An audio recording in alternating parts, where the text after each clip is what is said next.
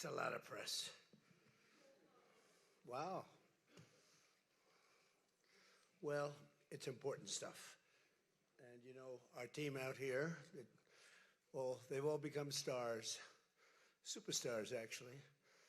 But we want to thank you very much. We've had a tremendous time and I think a great success. And we just concluded a very successful NATO summit here in Turkey. And I want to thank President Erdogan, who's really a great man. He's a great leader.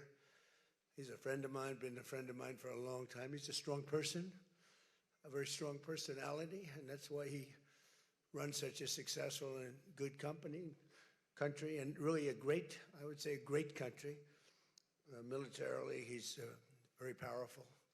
People leave him alone, but he's really done a fantastic job. And from the moment we got off the plane, you look at the airports were beautiful.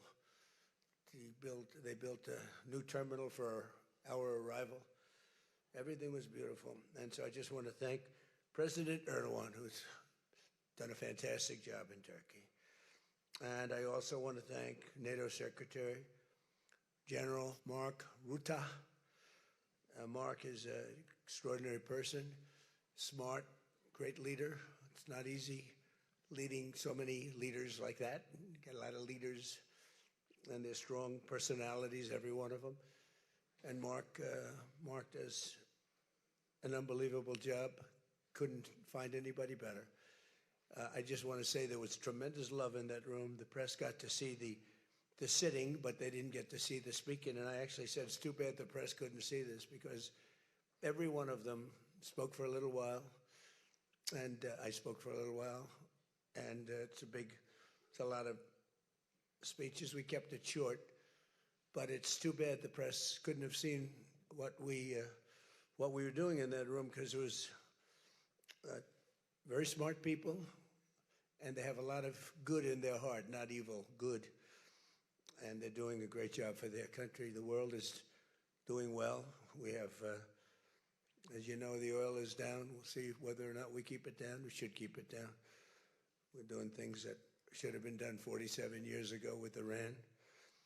And I just want to say that throughout my first term and over the past 18 months, the United States has led a historic effort to dramatically increase the defense spending and to have equipment that no other country in the world has. When you look at Venezuela, when you look at Iran, essentially demolished their military in a couple of weeks. They had a good military, they had a good navy, they had 159 ships, everyone's at the bottom of the sea. They had hundreds of airplanes, they're all gone. They were all lying burned up on the runways. They were totally decimated. Their radar's gone. Everything's gone. Their leaders are gone, frankly. And their combat capability is pretty low. They have a small percentage of missiles left. They have some of the launchers, missile launchers left, call them launching pads, but most of that's been destroyed too. So we have the strongest military in the world by far. Not even close. Everybody admits it. Last year's summit in the Netherlands was great also, and we achieved an unprecedented agreement to increase the annual defense spending, and it's the benchmark, raising it from 2% to 5% of GDP, which everybody said was impossible. And now they're all thanking me, and most of the countries have agreed to it. We have a couple of that didn't, but I have a feeling they're going to, and pretty quickly. In fact, today they were very positive. One of them in particular was, I didn't think, a good team player. Today was a great team player. As all of the leaders understand very well, the United States remains by far the largest contributor to NATO, monetarily and maybe otherwise, and the strongest military anywhere in the world. And they respect us as a country. Again, they didn't respect us 2 years ago. They laughed at us. NATO laughed at us. Everybody laughed at us. They don't laugh anymore. There's no more laughing. This year we invested a record $1 trillion in our armed forces, and we're going to be asking for $1.5 trillion coming up. We have the money being spent on the best equipment anywhere in the world.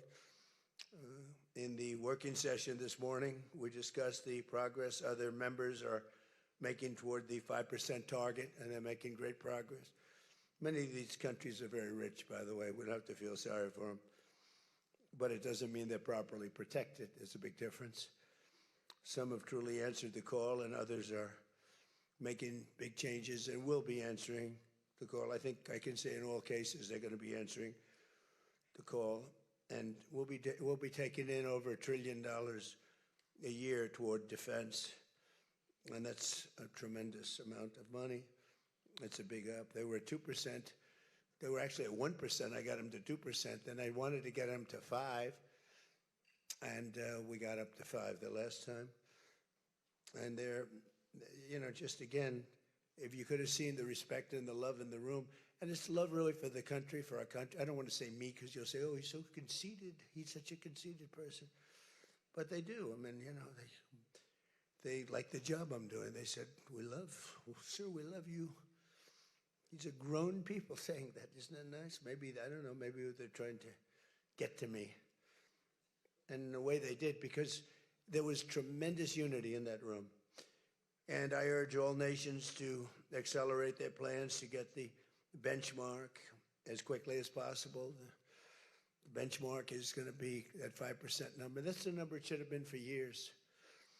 As a result of the commitment we achieved last year, defense spending of other NATO members surged by more than almost $150 billion in 2025, and much of that money is being spent on American-made equipment. They all want American-made equipment. We're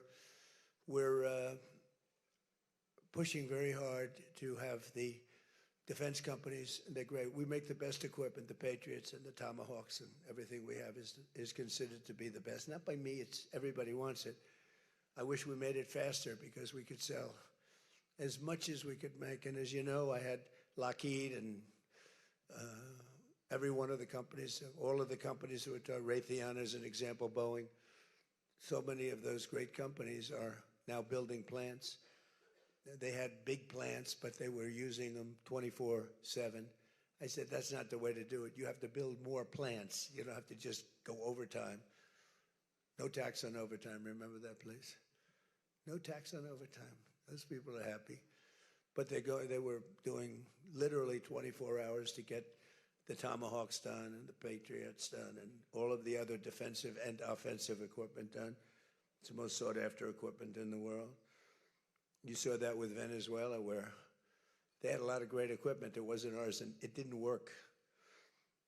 Our equipment works, but we have to produce it faster for other countries. For everybody, including ourselves, we have to produce it faster. So we think within a year and a half max, we'll be, instead of waiting for a year or 2 years, we'll be having it on a 2-week wait, maybe a 1-week wait. That's what I want. And it'll do really well. A lot of people are, you know, just waiting. They're waiting. They want to get this defensive equipment, maybe in particular the defensive equipment, but offensive and defense. As much of that money is being spent on American-made equipment. That's the money that the European and Canada are spending, European countries mostly, and Canada. And they're spending that with the United States, largely. And it's American-made, made in the USA, as we say. Weapons, munitions, supporting thousands of American jobs. This will increase. We have the highest number of jobs. Right now, we have the most people working in the United States that we've ever had in the history of our country. We have the biggest investment ever made, $19.2 trillion. That's 6 times more than we've ever had. Think of it, 6 times more. And what did that were tariffs. Without the tariffs, I think we would have done fine, like at about 2 or 3. The last administration had much less than $1 trillion invested for 4 years. We have $19.2 trillion invested in 1 year. We haven't gone into the extra almost a half a year, 1.5 years. Those numbers won't come out for a little while. So we have 19.2 trillion, not billion, not million, trillion with a T, invested in plants and equipment that's being built all over the country. Eli Lilly is building plants, big drug, Merck, all of them. The drug companies are building.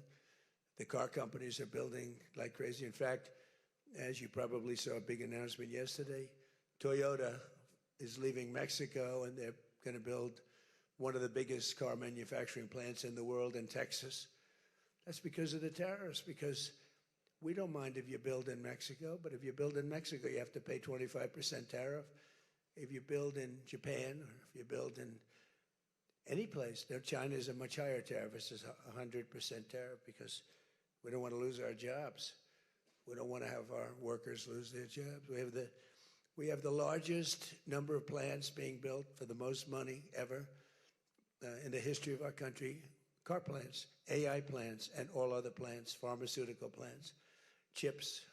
We're not giving anything. All we're saying is, if you don't start, we'll give them 1.5 to 2 years to build their plant. If they don't have that, they have to pay 100%, 200%, even 250%. If they make a chip, or if they make a car, if they make pharmaceuticals. So the pharmaceutical companies are moving in at record levels. There's never been anything like what's happening. Let me put it a different way, put it to you in a more broad fashion. There has never been anything like has happened with this country or any other country in the history of the world. There has never been growth. There's never been manufacturing plants being built. We have so many being built. And in the big ones, like AI, some of the AI, we let them build their own electric plants. We force them to build. We don't want, because the old grid that we have wouldn't be able to supply. They need, just as an industry, more energy than the entire country produces right now, when you think about it, which is incredible. So take all of the energy that the United States produces, and that one industry, which is so big, so powerful, it needs more than that. In fact, some people say almost double. So this was my idea. I said, you can never service that. You can't reinvigorate the grid. You can make it better, but nothing like that. You wouldn't be able to build. And we're leading China in AI, in just about everything. But we're leading China in AI. Even in TikTok, I was watching somebody say, oh, the TikTok deal, it's so bad for, well, because they say the deal was incredible, but they think the word that gets out is bad, except the numbers just came out, and I'm #1 on TikTok, and all I do is talk about communism, right? So it's sort of good. I used it to get elected, too. But, you have to get your word out. But the numbers came out just a little while ago, and I was #1, some ridiculous number. I never heard of numbers like that, but #1. And all these entertainers are number 27, 29. It's crazy. I don't even understand myself. But that means that my word's getting out about how great our country is, how successful our country is, and how bad communism is, and how bad these lunatics are that are running for election that don't sound good, don't think good, and don't look good. I don't see any looker. I don't see anybody with the look. You need the look, I guess. You need something, but they don't have it. And I think they'll fade fast. And it's not social democrats. This is not a social democrat. These are communists that are running. And they don't want God. They don't want successful things to happen for our country. They don't want to have a successful country. I think they're sort of crazy. As European nations rebuild their militaries, American equipment will be the largest beneficiary. The defense companies are going to be making most of that equipment. They want the American equipment because it works better. It's not a question of anything else. We make the best equipment in the world. And to that end, I provided other leaders with an update on the steps we're taking to rapidly scale up production in the United States. And they wanted to hear that because they don't really want to get it in 4 years, 5 years. They want to get it like in a week. And we'll actually be at a point like that in the not too distant future with the plants that are being built. The defense plants, it's incredible. Lockheed is building, I think, 5. Some of them are building 3, 4, or 5, and they're big ones. It's going to quadruple the output we have with the munitions and the basic equipment itself, whether it's a Patriot or Tomahawk missile, or any of the missiles that we make many missiles, different types, for different occasions. And just today at the summit, we announced $3 billion of new defense investments with U.S. companies, and Lockheed Martin will establish a world-class Patriot missile sustainment facility, a big deal in Europe. They're given a tremendous incentive by Europe to do that. All goes to the benefit of us and Europe because they're getting the best equipment. Northrop Grumman is moving forward with the sale of advanced American drone technology. We're actually the leader in drone tech. A lot of people don't know that. We have the most sophisticated drones in the world. And we're a real, I guess we're the leader, but we'll soon be the leader by many times over. And Lockheed and Rheinmetall are announcing a partnership to build the Army Tactical Missile Systems, which is a big deal. And Anduril is announcing a deal to build their new Barracuda missiles, which is a very highly sophisticated, fast missile, and we're doing that for Poland. Poland's doing very well, by the way, with a very, very good president, great president, I think. All of these agreements directly benefit the U.S. defense industry and base, and what it really does is it means jobs. And again, I have to just say that when Toyota announced yesterday, I wasn't that surprised, but everybody wanted to get that. That's the largest, I think it's going to be the largest plant in the world, car plant, and they're moving into the United States. And again, they're doing that to avoid paying the tariff, because if you build your product here, you pay no tariff. If you don't, you pay a 25% tariff, depending, 35% sometimes 100%, 200%, depending on what the product is. As an example, we're doing great on steel because we charge tariffs. So now all of a sudden the steel industry, which was absolutely dead a few years ago, I revived it in my first term, pretty good. And then they blew it in the Biden term. What a shame. They just blew it right out the window. They had no idea what they were doing. And I quickly revived it at the beginning of this term, year and a half. And the steel business is through the roof. We don't even make aluminum anymore. Now we're going to have the largest aluminum plant in the world being built in Oklahoma. I love Oklahoma. 77 out of 77 counties, 3 times. And it's great. It's a great state. They're going to be building the largest aluminum plant in the entire world in Oklahoma. It's starting very soon. Over the course of the past 2 days, I had a number of excellent discussions with other leaders at the summit and held productive bilateral meetings with essentially all of them. We had dinner last night, just about all of them were there. President Erdogan of Turkey, as well as President Zelensky, and he just came in, as you probably saw, had a little press conference, and also President al-Shara of Syria, who's doing an unbelievable job in unifying Syria. What a job he's doing. Syria was a mess with what happened with the previous government, you know that. Very dangerous place, and now it's just come together. He's done a fantastic job. People are talking about it. In every conversation, it was clear that America is back, and we're stronger and bigger and better than ever before. We have more jobs, as I said, than ever before. And we're respected again like maybe never before. We are so respected as a country. That's why I wish I told the Secretary General, Mark, I said, it's too bad the press could not see what's happening in this room. You saw the big round circle with all of the leaders of all of those countries. And I don't know, I think they should allow it. The theory is that they won't be speaking quite as freely, and it won't be quite as good, but who knows? It was amazing, actually. The unity in that room was incredible. Really a love. It was sort of pretty wild. There was a love in that room that was great. So this was a tremendously successful summit. And again, I want to thank President Erdogan, Turkey, and so many of the presidents, prime ministers. They were all here from NATO, the NATO countries. And in particular, we have to thank the Secretary General Mark Rutte for doing a fantastic job. He really put on a tremendous, his was just something, he just He's a unifier. He's a tremendous unifier. So I could take a few questions. We've done a few of these already today, so I don't think we should take too many. I don't think we should take, right? So we're going to keep it a little bit short, and I know a lot of you are going home. Some are going with me. So go ahead, please. Sir, yes. Yes. No. The gentleman right here.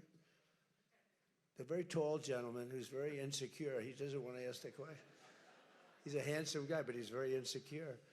Go ahead. Do you want to shout it out? Give him a mic. How about giving him a mic? You shout it out.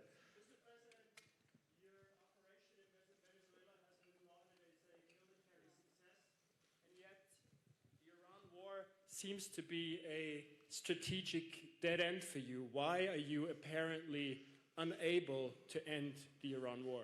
So I think we're doing just the opposite. The Iran war has been a tremendous military success. And, you know, I can only answer the question by saying they're not going to have a nuclear weapon. I think it's been, I was there for one reason, that Iran cannot have a nuclear weapon. I call it, we denuclearize Iran, and that's happened. They will never have a nuclear weapon. That stuff is so far down under a mountain. It's a granite mountain that collapsed on top of it. Take months to get it out. I think it's a tremendous success, Iran. And you see the oil prices are lower than they were when I started. And people like to say that, but look, they have no military left. Their Air Force is gone. As I said, their ships are gone. 159 ships are gone. They're at the bottom of the sea. Their radar is gone. Everything's gone. So when you say not a success, it's a tremendous success. The fake news likes to say how well they're doing. They're doing terribly. They have 350% inflation.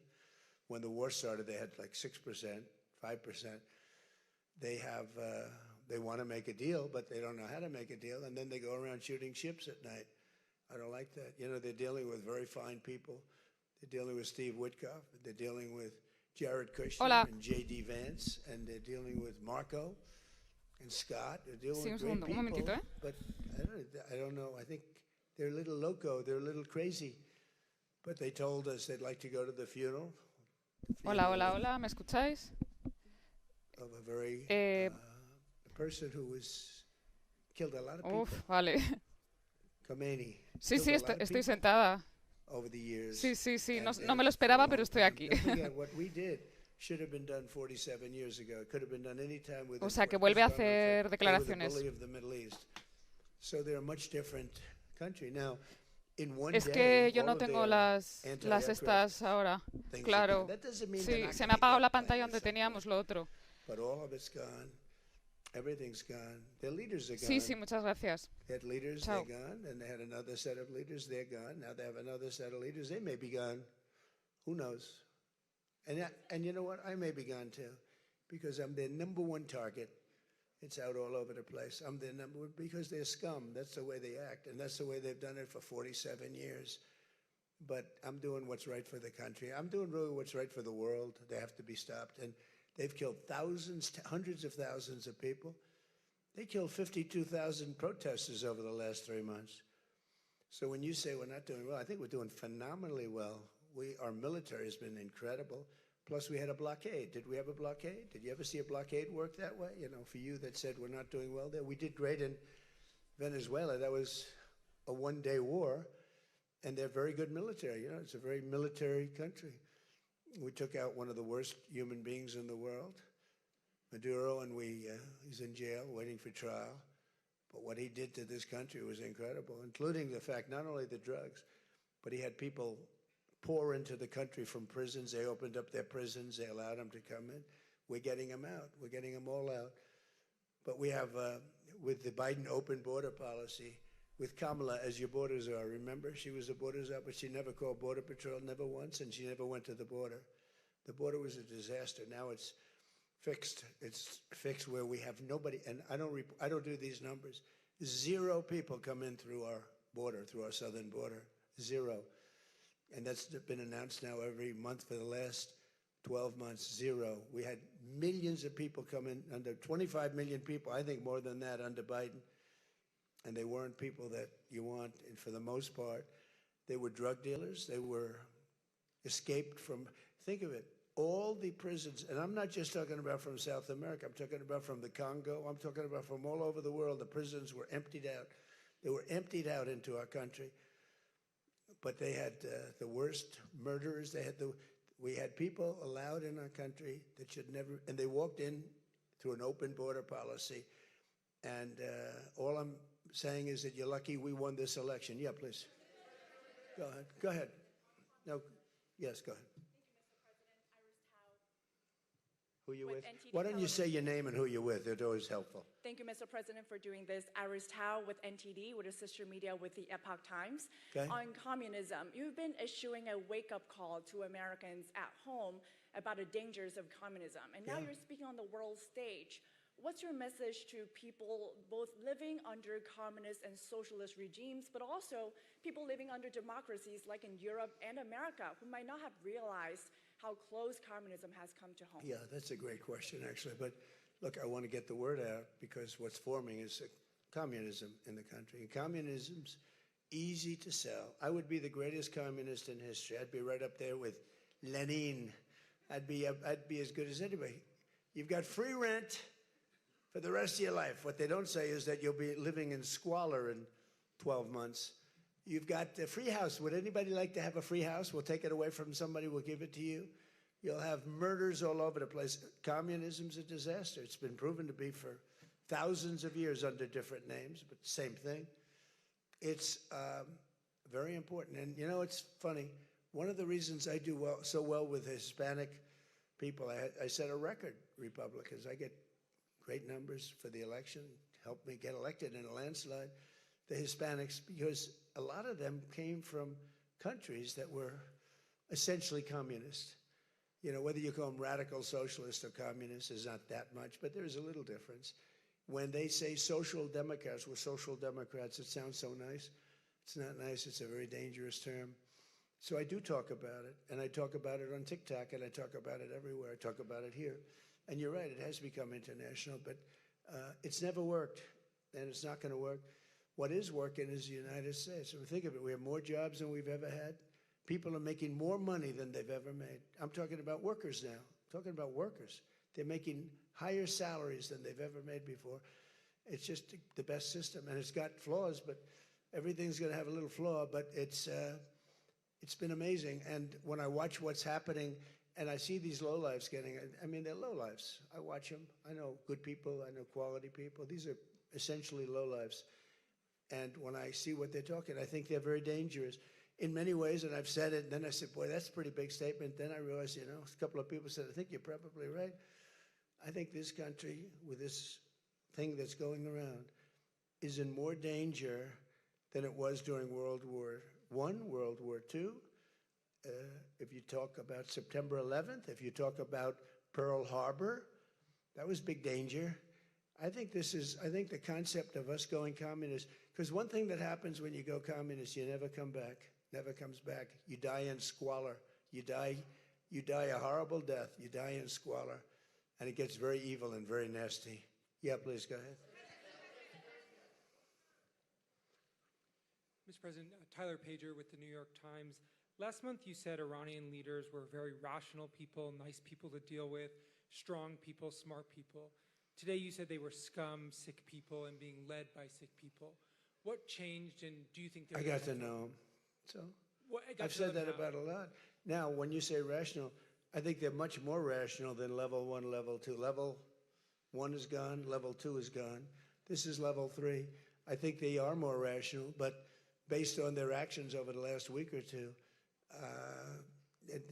they're not doing a service to the people. And I think more than anything else is I got to know them. And I'm not sure I want to make a deal with them. We can play games, but I'm not sure I want to make a deal. I just finished the job. Yeah, please, go ahead. Go ahead. Go ahead. Go ahead. Thank you, Mr. President. Steve Sedgwick from CNBC. The oil markets are up today around about 7% for WTI and Brent as well. The world is taking you at your word, sir, that the MOU is over, that the ceasefire is over. What happens next, sir? Are we on the cusp of a full-scale return to full conflict? Well, I'll tell you what happens next. We're never going to see Iran have a nuclear weapon because that's much more important than the numbers you're talking about. the prices of oil were dropping like a rock. Now they'll be up a little bit, and this will end very quickly. We have an oil glut right now because we got all those boats out of the strait, and it's going to drop, and I've predicted everything. I've been right about everything, and I have been for a long time. That's how I got to be president 3 times. That's how I won 3 elections. I did very well in the second one, won it. It was a rigged election, but I've been right, and oil's coming down. Now, I have to make sure of one thing, that we don't have lunatics having control over nuclear weapons. So we have that now. There's no way they have a nuclear weapon. We have cameras, as an example, on the site that those beautiful B-2s at 1 o'clock in the morning 10 months ago blew up. They blew it up. We have cameras, that's called Space Force, if they're in space. But we have cameras that can read the badge of the person going over to a site. Mohammed something. We say it's Mohammed something is there with shovels. Well, shovels won't get you there. The biggest machinery in the world probably won't get you there if you want to know the truth. It's way, way below. But we're watching that. And if anybody goes there, they get blown up. So nobody's going to touch that. Eventually, we'll take it. But what we do have is we have that. That's gone.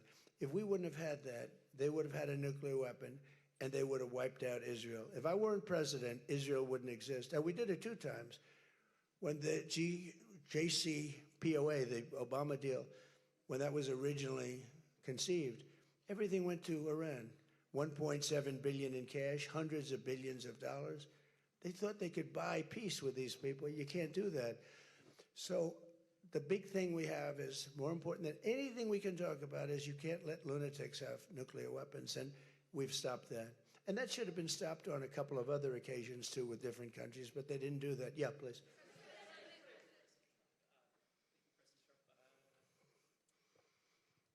Stephen Nelson from the New York Post. I'd like you to address speculation that you're leaving Ankara not in the new Air Force One because of security concerns involving Iran. You've spoken today twice about them possibly assassinating you and possibly being successful. Did that concern have something to do with it? Well, I speak about it a lot because, you know, the life of a president is very dangerous. It's 5.2%. You know what a race car driver is? 1/10 of 1%. A bull rider, that looks pretty dangerous to me. It's 1/10 of 1%. No, it's 5.2%. Esto parece bastante peligroso, es un décimo de 1%, pero es 5,2%. Este es el mercado. Y me tendrías que haber dicho que quizá yo no hubiera sido presidente, porque esta es una profesión peligrosa.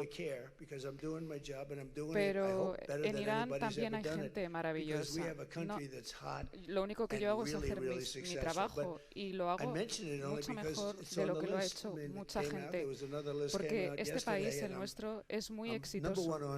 Y lo digo porque salió una lista ayer, y a mí me gusta ser el número 1 en TikTok, pero también en la lista de matar. But why aren't you flying the new plane home? Say what? Why aren't you flying on the new Air Force? It's flying to Europe, to one of the big bases, 2 or 3 of the big bases, where we can show it to the people. Cuando te vas en el Air Force, sí, queremos mostrar a las personas con este nuevo avión que vamos a utilizarlo en un par de bases en Europa para que los soldados vean que es un avión nuevo y magnífico. ¿Alguna más? Bueno, adelante. Soy de un medio de Turquía. Parece que la guerra con Irán puede empezar de nuevo. ¿Qué espera de sus aliados europeos?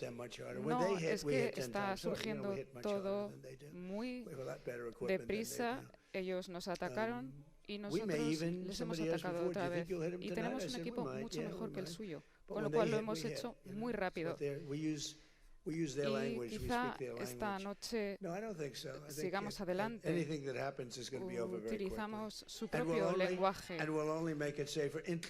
Y Creo que todo lo que pase a partir de ahora va a ser muy rápido y todo lo vamos a hacer de una manera segura, incluyendo el suministro de petróleo, que va a ocurrir de manera rápida, segura y libre. Nosotros tenemos mucho petróleo ahora mismo y todo lo que ocurra va a ocurrir muy rápidamente. No estamos ahora mismo pensando a largo plazo. MS Now, that's a failing network. Why would you want to work for them? MS Now, can you imagine? ¿De dónde? Del They MS wanted to get Now. away. They took the name NBC because they were embarrassed by it. Go ahead, let's go. When you hear this question. Querían irse. Pero bueno, sigue adelante. Países como España, Italia o el Reino Unido, según usted ha dicho, que no están haciendo un buen papel. Va a estar ahí respaldándolos. Bueno, España lo ha hecho muy mal. Esto en primer lugar. Otros aliados lo han hecho bien. Casi todos los países lo han hecho bien. Pero España no nos ha ayudado. Y la verdad es que no les necesitamos. Pero si lo hubiéramos querido, y por cierto, no me ha gustado las declaraciones de España, porque nos dicen que quieren ayudarnos cuando la guerra haya terminado. Y este no es el espíritu de Winston Churchill para nada. Solo puedo decir, hay solo una palabra que me sale hoy, que es la de la unificación. He visto que la mayoría de los países nos quieren, que se quieren los unos a los otros, y ha habido una unión muy fuerte. Y esta es la respuesta a la pregunta. ¿Sí? ¿Verde? ¿Estás llevando color verde? ¿Estás vestida de verde? Sí. Soy de Harvard Global TV de Turquía. Señor presidente, después de la reunión con Erdogan, ¿nos puede comentar si usted y Erdogan entienden que Turquía va a volver al programa anterior y si las relaciones están entrando en un capítulo nuevo ahora mismo? Bueno, he tenido en este primer trimestre una muy buena reunión con Turquía y me parece un gran hombre. Y ninguno de los otros expresidentes de Estados Unidos han tenido una relación con la que yo tengo. Es verdad que en este caso tengo que decir que Erdogan es un hombre al que respeto y ha estado en la oficina oval. Es decir, hemos tenido una buena relación. Cuando estaba Biden, muchas cosas malas pasaron. Todo era malo en las fronteras, nos dejaron solos en el mundo y teníamos muy malas relaciones con muchos países, incluyendo Turquía. Pero esto ha cambiado a partir de noviembre en las elecciones y ahora es una de las mejores relaciones que tenemos. Y hablando del F-35, el caza, sabemos que es el mejor avión, el mejor caza, y tenemos que tomar decisiones de quién o con quién colaboramos. Sí es verdad que Erdogan ha estado fuera de este plan, de este programa, ha permanecido fuera de nuestro trabajo, pero tenemos buena relación y ha sido un buen aliado de nosotros. Hemos tenido una relación muy fuerte con Turquía porque es un gran país, sobre todo desde el punto de vista militar. La OTAN es uno de los países más potentes en términos militares, entonces no puedo decir si va a formar parte del plan, pero mi inclinación es decir, bueno, él nos ha ayudado de múltiples maneras y no como China, por ejemplo, que no ha formado parte de nada, se ha llevado todo el petróleo que ha querido, pero no nos ha ayudado, y este no es el caso de Turquía. China se ha quedado al margen. Y yo respeto a los países que nos ayudan.